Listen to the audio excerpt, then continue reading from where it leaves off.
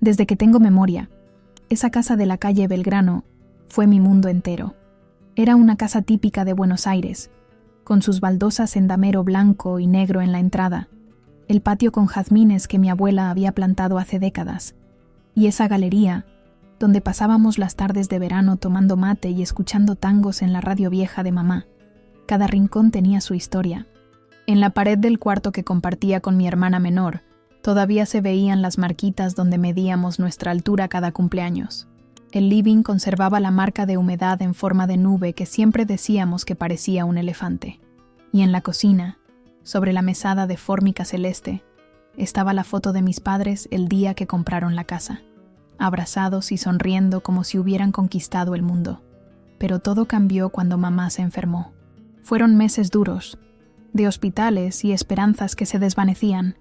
Papá se transformó en otra persona, callado y ausente, como si hubiera perdido la capacidad de hablar de cualquier cosa que no fuera el trabajo. Después del funeral, la casa se volvió silenciosa de una manera que dolía. No pasó mucho tiempo antes de que apareciera Miriam en nuestras vidas. Al principio, papá nos dijo que era solo una amiga, alguien que lo ayudaba a organizarse con los papeles del seguro y esas cosas. Pero pronto empezó a quedarse a cenar, luego los fines de semana, y finalmente se mudó con nosotros. Tenía una manera de sonreír que no llegaba a los ojos, especialmente cuando nos miraba a mi hermana y a mí. Miriam era de Rosario. Hablaba siempre de lo mejor que era todo allá, de cómo las casas eran más grandes, las calles más lindas, la gente más educada. Poco a poco, empezó a cambiar cosas en la casa. Primero fueron las cortinas del living, después los adornos de mamá, que juntaban mucho polvo, luego las plantas del patio que daban trabajo innecesario. Cada cambio era como un pequeño golpe, pero papá parecía no darse cuenta o no querer verlo. Con mi hermana tratamos de seguir adelante. Yo estudiaba periodismo en la UBA, y ella estaba terminando el secundario, pero la tensión en casa se sentía cada vez más.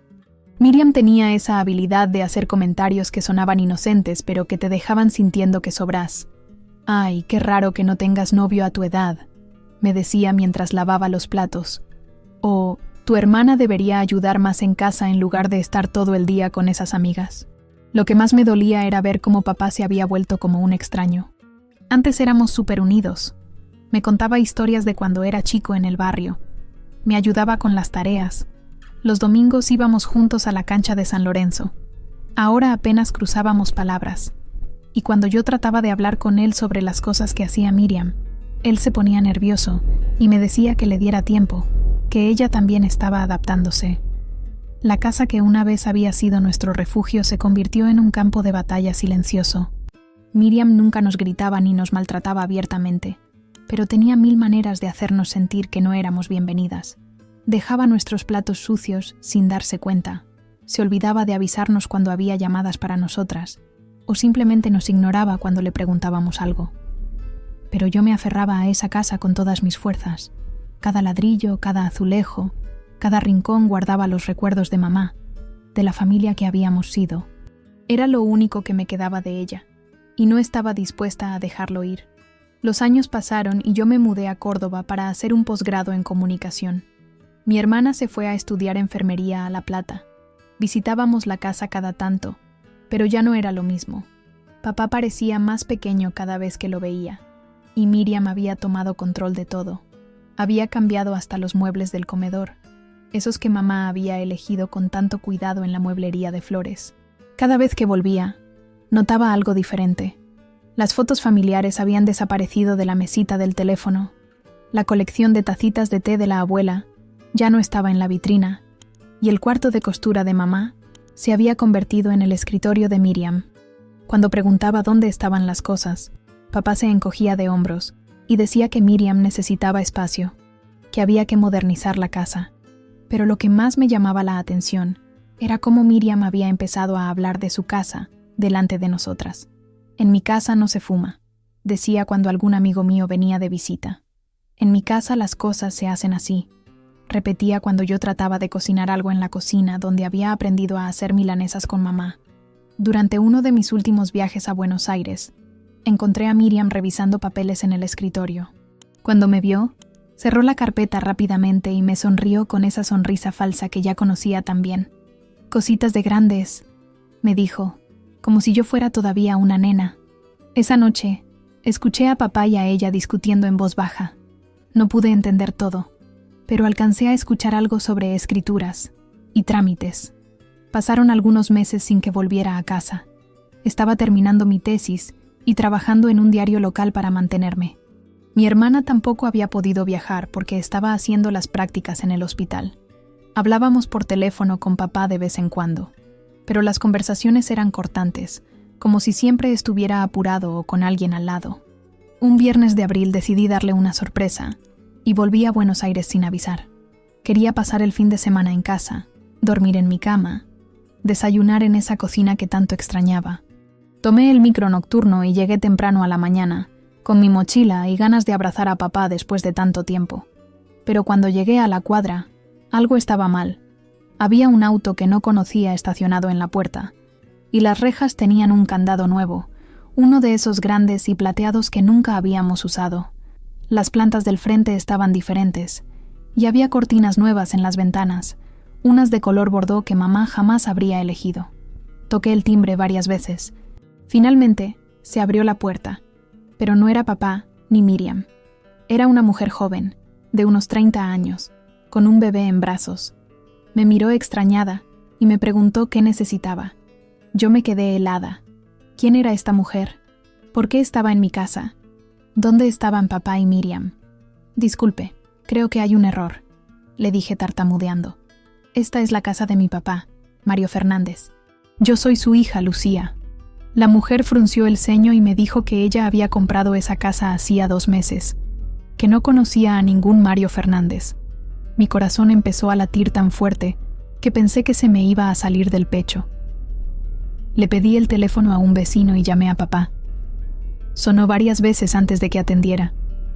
«Hola, papá, soy Lucía», dije, tratando de mantener la calma. «Estoy en casa y hay gente extraña viviendo acá». «¿Qué está pasando?». Hubo un silencio largo, demasiado largo. Después escuché a Miriam de fondo, diciéndole algo que no pude entender. «Lucía, tengo que contarte algo», me dijo papá con una voz que no reconocí. «Vendimos la casa. Miriam se encargó de todo. Necesitábamos el dinero para empezar de nuevo». Sentí como si el suelo se abriera bajo mis pies. ¿Cómo que vendieron la casa? ¿Sin decirnos nada? ¿Sin preguntarnos? Entonces escuché que Miriam le quitaba el teléfono a papá. Su voz sonaba triunfante, casi alegre. «Lucía, querida, ya era hora de que lo supieras. La casa se vendió, y con esa plata nos vamos a vivir a Rosario. Tu papá está de acuerdo, ¿verdad, Mario?». No esperó respuesta. «Además, ustedes ya son grandes, ya no necesitan volver a casa de papá. Es hora de que hagan su vida». «Pero Miriam», le dije, sintiendo que la voz se me quebraba. «Esa casa es donde crecimos, donde están todos los recuerdos de mamá». «No podés hacer esto». Ella se rió, una risa fría que me heló la sangre. «Ay, nena, los recuerdos están en el corazón, no en las paredes.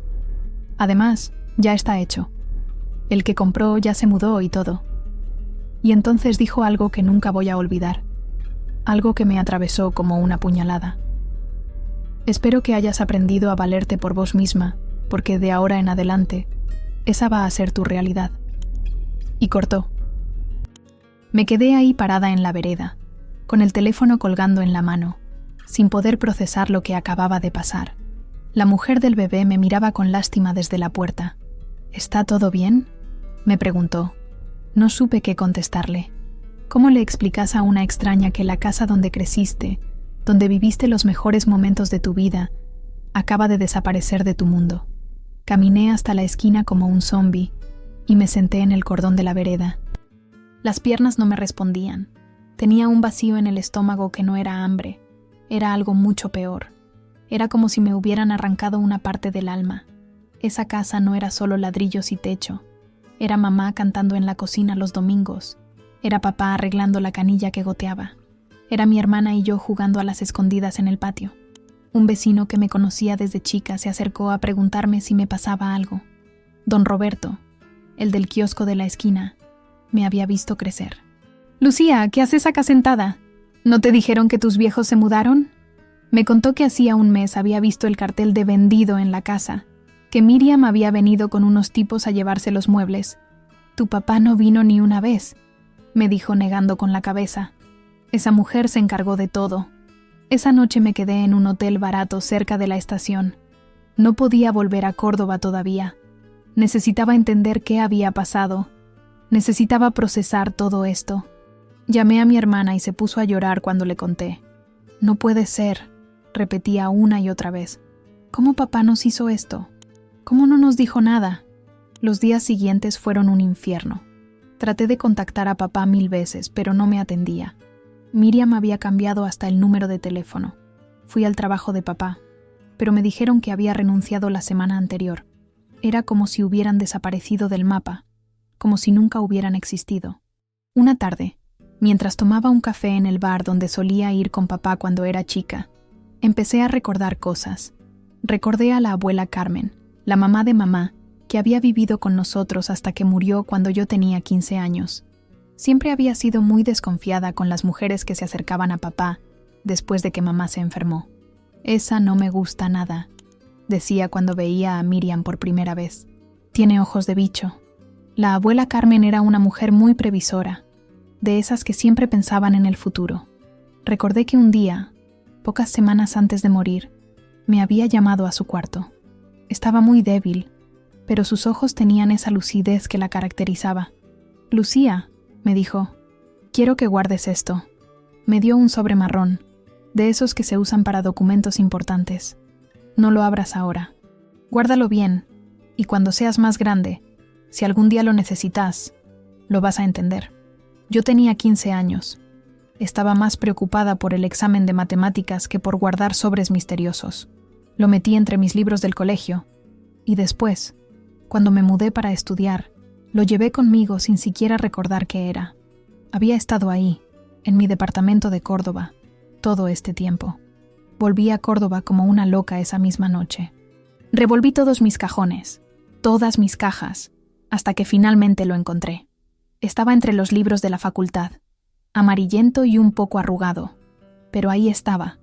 Mis manos temblaban mientras lo abría. Adentro había papeles, muchos papeles, escrituras, certificados, sellos. Al principio no entendía nada, pero después empecé a leer más despacio. Eran las escrituras de la casa, pero no a nombre de papá, sino a nombre mío. La abuela Carmen había hecho el trámite para transferirme la propiedad antes de morir. Había una nota escrita a mano con su letra temblorosa. Para Lucía, para que nadie te pueda sacar lo que es tuyo. La casa es tuya, mi amor. Cuídala como nosotras la cuidamos. No podía creer lo que estaba leyendo. Según estos papeles, la casa había sido mía desde que tenía 15 años. Papá nunca tuvo derecho a venderla. Miriam había vendido algo que no era suyo. Había cometido un delito. Me quedé despierta toda la noche, leyendo los documentos una y otra vez, tratando de entender las implicancias de todo esto. Al día siguiente, lo primero que hice fue llamar al escribano que había hecho el trámite. Era el doctor Martínez, un abogado viejo que había sido amigo de la familia durante años. «Lucía, qué sorpresa», me dijo cuando llegué a su oficina. «Hacía años que no te veía. ¿Cómo está tu papá?» Cuando le conté lo que había pasado, se puso serio. Revisó los papeles que le llevé y negó con la cabeza. «Esto es muy grave, Lucía. Lo que hizo esa mujer es estafa. La casa legalmente es tuya desde que tu abuela hizo la transferencia. Esa venta es nula». Por primera vez en días, sentí algo parecido a la esperanza, pero también sentí una rabia que no sabía que tenía adentro. Miriam no solo me había quitado mi casa, me había quitado mi historia, mis recuerdos, mi lugar en el mundo, y lo había hecho a sabiendas de que no tenía derecho. Había estafado a la familia que la había comprado, había engañado a papá, y había destruido lo poco que nos quedaba como familia. «¿Qué puedo hacer?», le pregunté al doctor Martínez. Él me miró con esa mirada que tienen los abogados cuando saben que tienen un caso ganado. «Podemos recuperar tu casa, Lucía, y podemos hacer que esa mujer pague por lo que hizo, pero tenés que estar preparada para lo que viene. Esto va a ser una guerra». Yo ya no tenía miedo. Había perdido todo lo que podía perder. Ahora era hora de recuperar lo que era mío. El doctor Martínez me explicó que lo primero que teníamos que hacer era conseguir una copia de la escritura de venta que había hecho Miriam. Necesitamos ver exactamente qué documentos presentó para poder vender la casa, me dijo mientras revisaba los papeles de la abuela. Si usó documentos falsos, es falsificación. Si mintió sobre ser la propietaria, es estafa. Fuimos juntos al registro de la propiedad. Yo estaba nerviosa, pero el doctor Martínez conocía a todo el mundo ahí. «Mira, Lucía», me dijo después de revisar los papeles. «Esto es peor de lo que pensaba. Esa mujer presentó una escritura falsa donde dice que tu papá le transfirió la casa a ella. Pero según nuestros registros, la casa nunca fue de tu papá, siempre fue tuya. El empleado del registro nos mostró la documentación. Ahí estaba la firma de papá, pero también había otros papeles que no entendía. «¿Qué es esto?», pregunté señalando unos sellos. «Son documentos que certifican que tu papá tenía derecho a vender la casa», explicó el doctor Martínez. «Pero son truchos. Miren las fechas, miren los números de registro. Todo está mal. Salimos de ahí con copias de todo». El doctor Martínez estaba indignado. «En 40 años de profesión, pocas veces vi algo tan descarado», me decía mientras caminábamos. «Esa mujer no solo estafó a la familia que compró la casa, sino que involucró a tu papá en un delito. Si él sabía que la casa no era suya, es cómplice». Esa noche llamé a mi hermana para contarle todo. «No puedo creer que papá haya hecho esto», me decía entre sollozos. «O sea, entiendo que esté dominado por esa mujer, pero ¿cómo puede ser tan cobarde? ¿Cómo nos puede hacer esto a nosotras?». Yo tampoco lo entendía. El papá que conocíamos jamás habría sido capaz de algo así. Mientras esperábamos que el doctor Martínez preparara todos los papeles para la demanda, decidí hacer algo que sabía que tenía que hacer: confrontar a Miriam. Necesitaba mirarla a los ojos y decirle que sabía todo lo que había hecho. No por venganza, sino porque necesitaba cerrar esa etapa de mi vida. Me enteré por una vecina que papá y Miriam no se habían ido a Rosario como habían dicho. Estaban viviendo en un departamento en Villa Crespo, cerca del centro. Con la plata de la venta de mi casa, se habían comprado un 2 ambientes y Miriam había puesto un negocio de ropa. Todo con mi plata, con lo que no era suyo. Un sábado por la mañana, me planté en la puerta del edificio donde vivían. Esperé hasta que los vi salir. Papá había envejecido 10 años en estos meses. Estaba flaco y con cara de cansado. Miriam, en cambio, se la veía renovada, con ropa nueva y el pelo recién hecho. «Hola, papá», le dije cuando me vio. Se quedó helado. Miriam me miró con esa sonrisa falsa que ya conocía tan bien. «Ay, Lucía, qué sorpresa», me dijo como si nada hubiera pasado. «¿Cómo estás? ¿Cómo te va en Córdoba?» «Vengo a hablar con vos», le dije directamente. «Creo que tenemos algunas cosas que aclarar». Papá parecía que se quería esconder abajo de las baldosas, pero Miriam mantuvo la compostura. «Claro, subamos a tomar unos mates», me dijo, pero yo negué con la cabeza. «Acá está bien. Lo que tengo que decir no va a llevar mucho tiempo». Saqué de mi cartera las copias de las escrituras, las que probaban que la casa siempre había sido mía. «Quiero que me expliques cómo vendiste algo que no era tuyo». La cara de Miriam cambió completamente. Ya no era la mujer segura de sí misma que había conocido. Se puso pálida y empezó a tartamudear. «No sé de qué me hablas», me dijo, pero le temblaba la voz. «La casa era de tu papá. Él me la transfirió a mí». «¿Con qué papeles?», le pregunté mostrándole los documentos. «Porque acá dice que la casa es mía desde que tenía 15 años. Mi abuela me la transfirió antes de morir. Vos vendiste algo que no era tuyo, Miriam. Eso se llama estafa». Papá finalmente habló. «Lucía, yo no sabía», me dijo con una voz que apenas se escuchaba.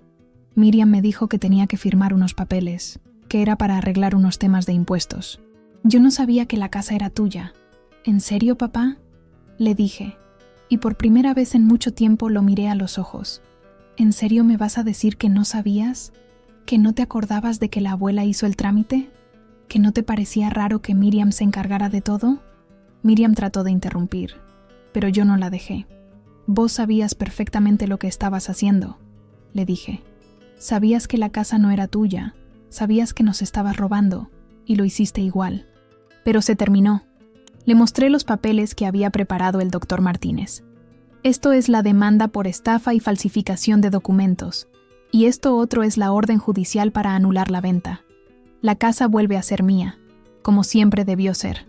Miriam me arrebató los papeles de las manos y empezó a leerlos. Cuando terminó, me miró con un odio que me dio escalofríos. «Esto no se va a quedar así», me dijo. «Yo invertí tiempo y plata en esa casa. No me vas a dejar en la calle». «¿Vos me vas a hablar de quedar en la calle?», le pregunté. «¿Después de lo que nos hiciste? ¿Después de vendernos como si fuéramos basura?». Me acerqué a ella hasta quedar cara a cara. «Vos elegiste jugar sucio, Miriam. Ahora vas a pagar las consecuencias». Después de esa confrontación en la calle, todo se precipitó muy rápido.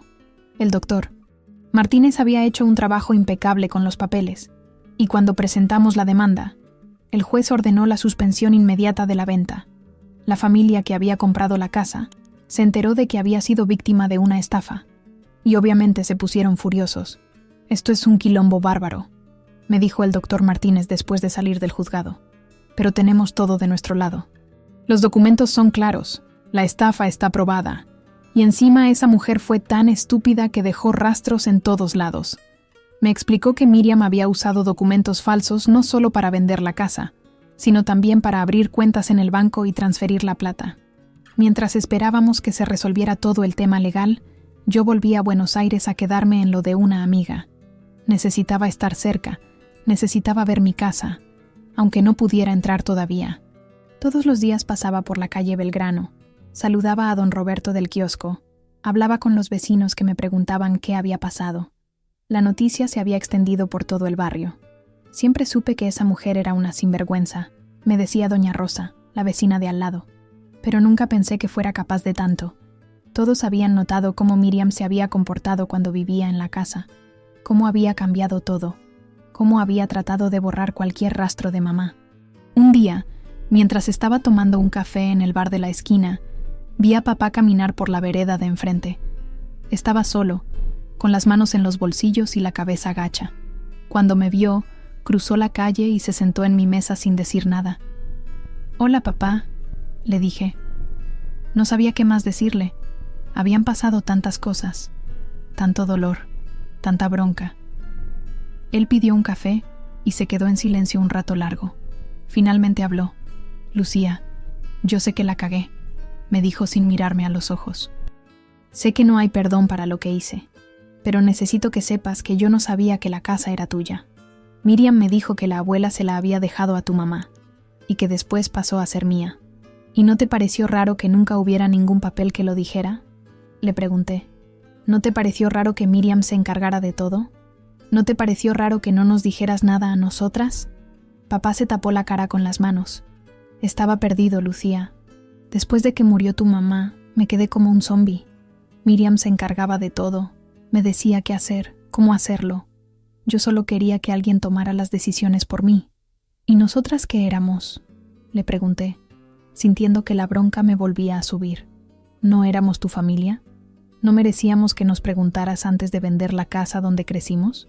«Sí», me dijo, y por primera vez en mucho tiempo lo vi llorar.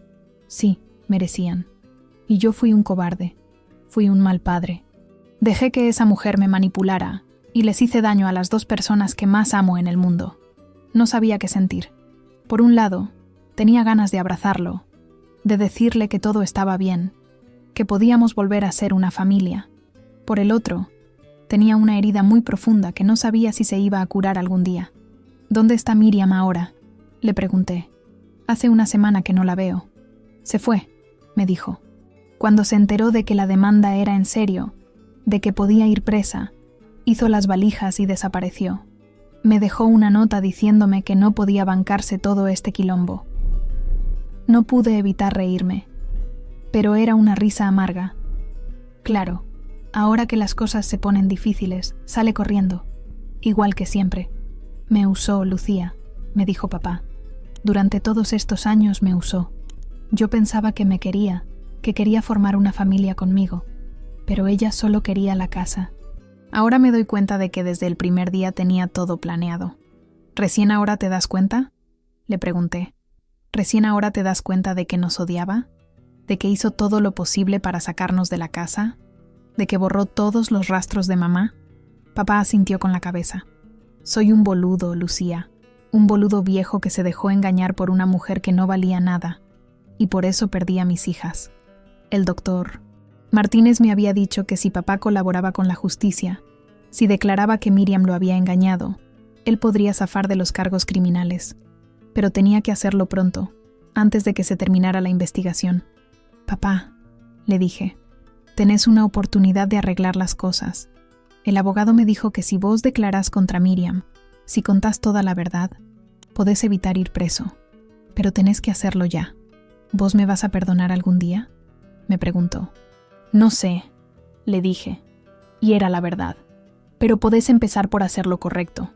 Por una vez en todo este tiempo, podés hacer lo correcto. 2 días después, papá fue al juzgado y declaró todo.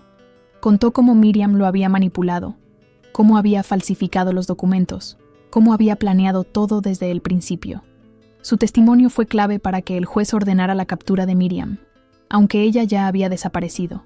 Tu papá hizo lo correcto, me dijo el doctor Martínez. No va a ir preso, pero va a tener que declarar cuando encontremos a esa mujer. Y la vamos a encontrar, no te preocupes.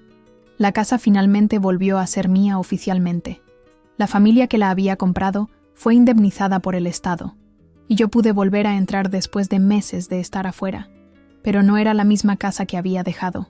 Miriam había cambiado tanto que parecía un lugar extraño. Volver a entrar en mi casa después de tanto tiempo fue como volver a nacer, pero también fue doloroso. Miriam había cambiado tanto que al principio no la reconocía. Las paredes estaban pintadas de colores que mamá jamás habría elegido. Los pisos tenían alfombras nuevas que tapaban las baldosas originales, y todos los muebles eran diferentes. Lo primero que hice fue ir al cuarto que había sido mío. Ahí estaba la marca en la pared donde habíamos medido nuestras alturas con mi hermana, pero estaba tapada con un cuadro horrible de flores. Lo saqué y pasé los dedos por esas rayitas que contaban nuestra historia. Algunas cosas no se pueden borrar, por más que uno trate. Mi hermana vino desde La Plata para ayudarme a limpiar y acomodar todo. No puedo creer lo que hizo esta mujer, me decía mientras revolvíamos el altillo buscando cosas nuestras. Cambió hasta el color de las puertas. Encontramos algunas cosas guardadas en cajas, fotos de mamá, algunos libros, la vajilla de la abuela que pensábamos que se había perdido. «Mira lo que encontré», me gritó mi hermana desde el cuarto de atrás. Tenía en las manos el álbum de fotos de mamá, ese que habíamos buscado tanto, y que Miriam decía que no sabía dónde estaba. Estaba escondido atrás de un placard, como si fuera algo que había que ocultar. Nos sentamos en el piso del living, y pasamos horas mirando las fotos. Mamá en su vestido de novia, papá joven con el pelo largo, nosotras de chicas en el patio con la abuela, los cumpleaños, las navidades. Era como recuperar una parte de nosotras que habíamos perdido. ¿Sabes qué es lo que más me duele?, me dijo mi hermana. Que papá nos haya hecho esto. O sea, entiendo que estaba manipulado, pero somos sus hijas. ¿Cómo puede ser que haya elegido a esa mujer por encima de nosotras? Yo también me hacía la misma pregunta. Durante las semanas siguientes, papá trató de acercarse varias veces. Me llamaba, me mandaba mensajes, pasaba por la casa, pero yo todavía no estaba lista para hablar con él. Necesitaba tiempo para procesar todo lo que había pasado. La casa necesitaba mucho trabajo. Decidí tomarme un tiempo en Córdoba para dedicarme a restaurarla. Quería devolverle la vida que había tenido, pero también quería que fuera un lugar nuevo, un lugar donde pudiéramos hacer nuevos recuerdos. Empecé por el jardín. Los jazmines de la abuela estaban todos secos, pero las raíces seguían vivas. Con ayuda de don Roberto, que sabía mucho de plantas, los podamos y los cuidamos hasta que empezaron a brotar de nuevo. Las plantas son como las personas, me decía mientras regaba. A veces parece que están muertas, pero por adentro siguen vivas, esperando la oportunidad de renacer. Pinté las paredes con los colores que mamá habría elegido. Celeste claro en mi cuarto, rosa suave en el que había sido de mi hermana, blanco en el living para que entrara más luz. Cada mano de pintura era como borrar un poco el daño que había hecho Miriam. Un día, mientras lijaba los marcos de las ventanas, llegó el doctor Martínez con noticias. Encontramos a tu madrastra, me dijo. Estaba en Mendoza, viviendo con otro nombre. La agarraron cuando trató de vender un departamento con documentos falsos. ¿Qué va a pasar ahora?, le pregunté. Va a ir presa, me dijo. Entre la estafa, la falsificación de documentos y los otros casos que encontramos, va a estar bastante tiempo adentro. Parece que lo que te hizo a vos no era la primera vez. Una parte de mí se sintió aliviada. Justicia al fin. Pero otra parte se sintió vacía. Toda esta lucha, todo este dolor. Y al final, ¿qué había ganado? Había recuperado mi casa, sí, pero había perdido a mi padre. Mi familia estaba rota, tal vez para siempre. Mi hermana se vino a vivir conmigo cuando terminó la carrera. Total, esta casa es de las dos, me dijo. Mamá y la abuela la hubieran querido así. Tenía razón. Poco a poco, la casa se fue llenando de vida otra vez. Mis amigos venían a cenar, mi hermana traía a sus compañeros de trabajo. Los vecinos pasaban a tomar mate. Un domingo, mientras estaba plantando rosas en el jardín, apareció papá. Hacía meses que no lo veía. Estaba más flaco, más canoso, pero se lo veía más tranquilo. «Hola, Lucía», me dijo desde la reja. «¿Puedo pasar?» Lo dejé entrar. Se quedó parado en el middle del patio mirando todo. «Está muy linda la casa», me dijo. «Parece la casa de antes, la casa de cuando estaba tu mamá». «Esa era la idea», le dije sin dejar de plantar. «Lucía, sé que no merezco tu perdón», me dijo. «Sé que la cagué de una manera que tal vez no tenga arreglo, pero quiero que sepas que me arrepiento, que no pasa un día que no piense en lo que les hice». Me quedé callada. No sabía qué decirle. «Miriam se fue con toda la plata», me dijo. «Me dejó sin nada. Estoy viviendo en una pensión en San Telmo, trabajando en un taller mecánico. Pero no vengo a pedirte plata ni nada. Solo quería pedirte perdón. Papá», le dije finalmente, «no sé si te voy a perdonar algún día, pero te voy a dar una oportunidad. Una sola. Si la cagás de nuevo, se terminó para siempre». Él asintió con la cabeza. «Entiendo», me dijo, «y te agradezco. No merezco ni siquiera eso». Ahora, un año después, papá viene a almorzar los domingos. No es como antes. Tal vez nunca vuelva a ser como antes. Pero es algo. Mi hermana tardó más en perdonarlo, pero también le está dando una oportunidad. La casa está llena de vida otra vez. Tengo la foto de mamá en la mesa del living, al lado de la foto de la abuela Carmen. Cada vez que las miro, les agradezco. Mamá por haberme dado tanto amor. La abuela por haberme protegido incluso después de morir. Miriam salió de nuestras vidas como había entrado, haciendo daño, pero no pudo destruir lo que realmente importaba. No pudo borrar el amor que habíamos compartido en esta casa. No pudo llevarse los recuerdos. No pudo quebrar los lazos que nos unían como familia. Esta casa es mi fortaleza, mi refugio, mi legado, y nadie me la va a volver a quitar.